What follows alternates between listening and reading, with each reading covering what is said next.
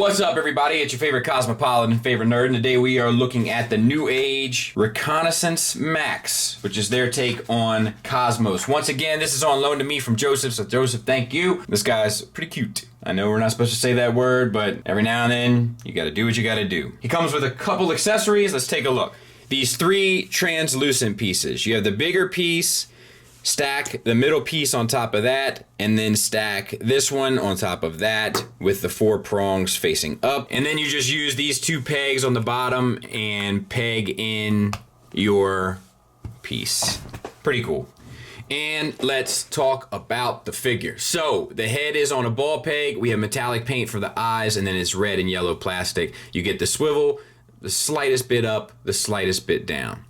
The torso, we have tons of paint. Blue, yellow, silver, metallic blue. It looks perfect. And then on the back, they've got some details as well. You can kind of get this butt flap a little tighter. We have a waist swivel. No ab crunch. So maybe that's a bit of a bummer. And you know what's funny? Well, we'll talk about it in final thoughts.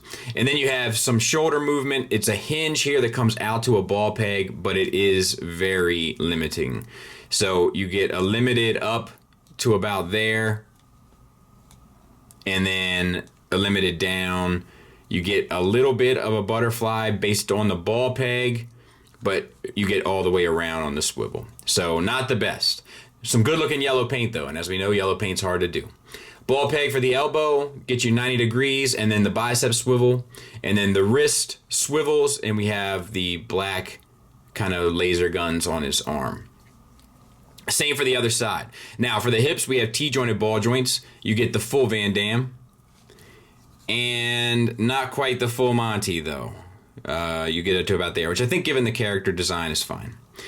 You have a thigh swivel a little bit at the ball peg, and then you get an additional one at the ball peg for the knee. The knee itself on the ball peg gets you 90 degrees. And then we have some black paint down here on the toes for the feet. Little bit of an ankle tilt down, little bit of an ankle tilt up, little bit of a rocker. So this guy is fairly limited, which like normally wouldn't be a big deal, you know? I mean, and it does kind of make sense for the character, but we've just kind of gotten so spoiled with these legends. There he is from the back. Size comparison wise, there he is with the Jazz, and I guess I can throw my two standards in there as well. Iron Factory Blaster, and then this Hasbro thing, whatever this is, this Stunticon thing. Let's get him transformed. So lift up the whole torso, bring these flaps, up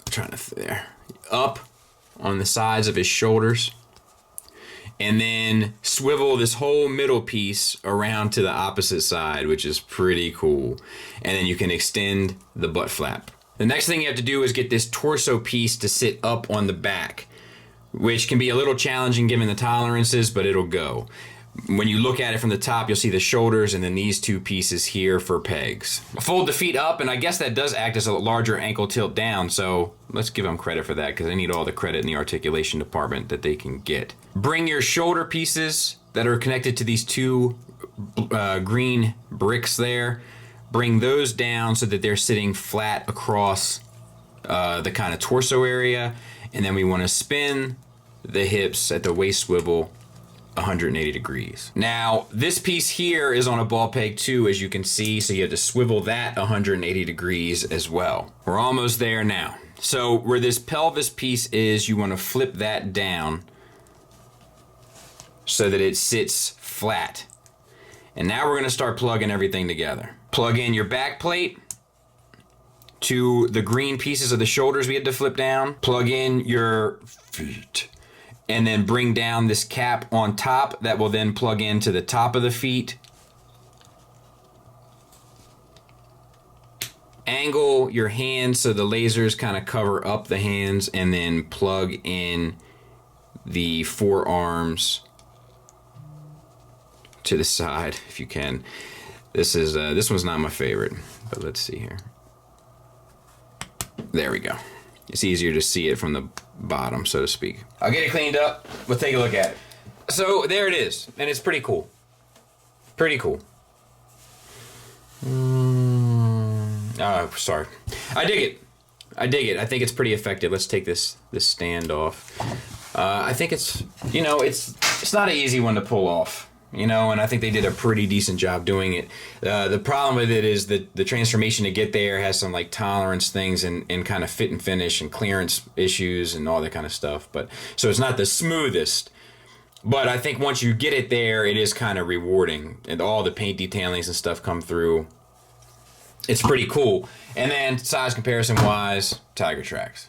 Negatives wise, this guy has a few more issues than a lot of the other new age stuff we've looked at. The articulation is not the best, and certainly not what we've come to expect from this company. And there are some frustrating moments with getting things to kind of properly manipulate around the other pieces regarding the transformation. Which is once again not another thing that we've come to expect from this company. Everything's kind of been pretty smooth and fluent. This road is a bit bumpier of one to travel, so there are a few things that end up getting in this guy's way. Plenty of positives though. The sculpt is good. There are lots of paint accents, which doesn't really even necessarily become a prerequisite regarding this character and his design. And there are a lot of little cool things, like the way the head flips in and the faux head kind of pops up for the UFO mode. The way the little pelvis piece flips up and down to kind of give the aesthetic look in robot mode, but then get completely out of the way for UFO mode. So there are a lot of little cool things about it. I can still recommend it, like with a soft recommend, if you just need a representation of the character. He'll definitely do, and he's definitely good enough, and you'll definitely have some fun with him. He's just not as well done in comparison to most of the other stuff that New Age has done. But I think we'd all agree that Cosmos' dimensions and his kind of physical design lend itself to being a bit more complicated regarding pulling off all the articulation and so forth. So I think we can also be a little lenient. And also his character, the kind of traits of the character don't necessarily lend themselves to super dynamic poses and so forth. So I think there is some leniency there. I just need to point it out. Thanks for listening. Thanks for watching. Until next time, take care.